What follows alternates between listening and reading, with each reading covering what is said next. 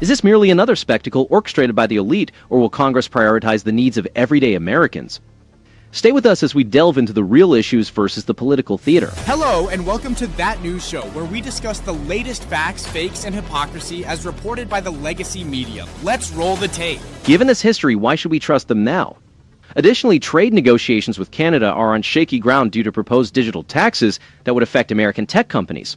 Tonight, the so-called Big Beautiful Bill is making its way through the Senate.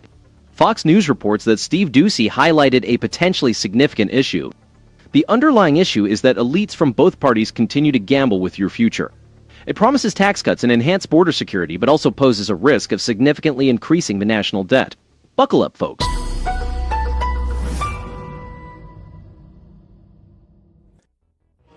Okay, so what is the vote-a-rama? We keep talking about it. It starts at 9 a.m. This is an opportunity for senators on both sides of the aisle to offer up an unlimited amount of amendments. This is where it gets tricky. The timing of sending everybody home, bringing them back this morning, could have been an unpopular decision, Brian, because normally you want to wear out the minority in the overnight hours so that they don't drag this along. And last time when they did the Inflation Reduction Act, that was President Biden's big sweeping legislation, that vote-a-rama went on for 14 hours. President Trump is adding maximum pressure from the White House, although not as hung up on that July 4th deadline anymore. I'd like to say yes, but the problem is if we're 2 days late or 5 days late, everybody says, oh, he had a tremendous failure. Whatever it is, as long as we have it, it's very important. The real story here isn't just about procedural maneuvers or the barrage of amendments. It's about whether Washington is truly listening to its constituents. The crucial question remains, will Congress rise to the occasion, or will it continue playing the same old games? The strategic timing of votes and the shuttling of legislators back and forth seem like tactics designed to exhaust the minority. But in reality, it's the American people who are left feeling drained. Under Biden and Harris, the Democrats have repeatedly favored expanding government and engaging in international agreements that may not always align with the interests of American workers and families. The true measure of success will be whether Congress can deliver results that genuinely benefit the average person, not just the political elite or globalist interests. Senators from both parties have a unique chance to shape the debate. Yet too often, we witness a spectacle of political theater where the genuine concerns of everyday Americans are overlooked. What's really at stake is more than a legislative bill or a looming deadline. It's about whether Washington can escape its entrenched practices, where both parties are overly aligned with special interests and disconnected from their electorate. The current administration's pushback, embodied in the Big Beautiful Bill, which aims to roll back green energy tax credits, is a step in the right direction. This legislation, a hallmark of President Biden's agenda, was pushed through after marathon sessions with scant debate, leading to increased government spending and subsidies for green energy projects that have been both costly and inefficient, placing a heavier load on taxpayers. In contrast, the current White House is making efforts to prioritize America, whether through tough trade negotiations, opposing unfair foreign taxes, or protecting American jobs and industries. It allows hardworking Americans to retain more of their earnings and curbs excessive government expenditure.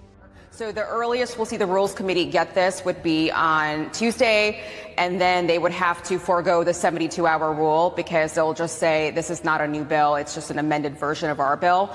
And then the earliest they could vote is Wednesday. I actually think that the later they vote on this, closer to the holiday, the quicker they can get this done, because then you put a lot more pressure on these conservatives that will have a problem with the amount of cuts, spending cuts that there are in this bill, and then President Trump can add his maximum pressure at the last minute. What was the reaction from the other Republicans when Thom Tillis and Rand Paul didn't support this? Yeah. Well, they've been a little bit more tight-lipped about this. I mean, you just heard Jim Banks didn't really have a reaction to it other than he should have voted for this bill. But Thom Tillis said that he spoke both to Leader John Thune, or at least he told them, and then President Trump as well, that he wasn't going to run for re-election. The drama surrounding the Big Beautiful Bill underscores deep divisions within the Republican Party and highlights the intense partisan politics at play. Senator Tillis' decision not to seek re-election after voting against the bill illustrates the intense pressure lawmakers face to adhere to their party's core agenda. In contrast, the current administration's focus on domestic issues like border security and trade negotiations appeals to those who believe America's interests have been sidelined by globalist agendas.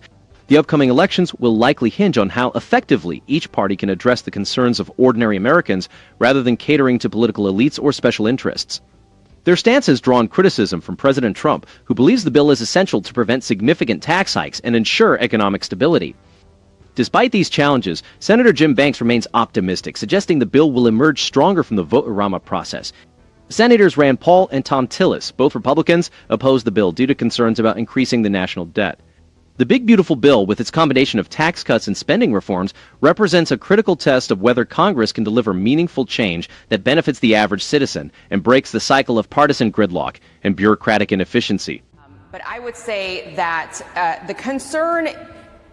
there is a concern that if they can't get this done in time and these taxes go up, then they lose the House and they 100%. potentially could lose the Senate. Regarding balance and objectivity, Fox often presents the issue as a straightforward conflict between tax and spend Democrats and fiscally conservative Republicans. The real test for Congress is to serve the people effectively, beyond just holding political power. Media outlets, including Fox, should concentrate more on the real-life impacts of these fiscal decisions on jobs, wages, and the nation's future rather than the political spectacle. The issue extends beyond political control of Congress, touching on the real-world effects on Americans already burdened by inflation and rising costs. Fox News has effectively highlighted the urgency of the situation, though coverage sometimes shifts focus to political dynamics rather than the practical implications of tax increases on everyday people. Visually, Fox uses graphics and data to illustrate key points, but the coverage would benefit from incorporating personal stories from families and business owners facing these potential changes. The stakes are much greater than mere partisan advantage. They concern the prosperity and independence of the country against global and domestic challenges. The previous Democratic administration often prioritized global interests and expanded government, sometimes at the cost of American workers and sovereignty. Absent these internal disagreements, any influence of lobbyists and special interests would offer a more complete view. As deadlines loom, the American public needs clear, accountable reporting. In contrast, the current administration is focused on strong trade negotiations, resisting unfair international taxes, and supporting domestic industries, which is a shift towards prioritizing American interests. While this reflects the current legislative deadlock, it's crucial to critically examine all parties involved, including Republicans who deviate from fiscal restraint principles. Senior White House correspondent Peter Doocy, who we like very much too, joins us now with all the details. Hey, Peter. Good morning. And the Canadians blinked in the trade war with the U.S. after President Trump announced this weekend that he was going to suspend all trade talks with our neighbors to the north. They decided to turn off a new tax one day before it was set to come due. It is the digital services tax. It took effect in June of last year, and it requires some businesses to pay a 3% tax on revenue that they earn from engaging with Canadian users online. So that could affect companies like Amazon and Meta and Google and Apple. And as tariff talks continue with other countries and Canada, the president's team is most concerned with protecting the following sectors: steel, aluminum, auto, copper, lumber, semiconductors and jet engines, and pharmaceuticals. And all those tariff deals are set to be settled by a long-standing July 9th deadline. As we approach the July deadline for implementing new tariffs and trade agreements, the focus is on whether Congress and our trading partners will align with this perspective. The recent standoff over Canada's proposed digital services tax is a prime example of how robust negotiation and a steadfast commitment to American interest can yield tangible benefits for workers and families. They retracted their threat when it became clear that the U.S. administration was prepared to defend our economic sovereignty. This issue extends beyond the tech industry and international headlines. It affects everyday concerns like grocery bills, local job retention, and the security of retirement savings from the impacts of globalist policies. Despite bipartisan concerns over national debt and calls for compromise, it's evident that an unwavering America-first approach is necessary to avoid economic stagnation and dependency. The Big Beautiful Bill, with its permanent tax cuts and enhanced border security, counters years of bureaucratic overreach. The stakes are high, not just politically, but personally, as every American has a vested interest in the outcome. Consider a pie chart illustrating the consumer goods market, dependent on fair trade practices from automobiles to canned goods. Critics focus on the potential for increased debt, yet a robust, expanding economy where American businesses thrive creates more revenue and opportunities for all. By standing firm, the White House not only safeguarded Silicon Valley, but also the millions of small businesses and independent sellers who depend on these platforms to reach customers throughout North America.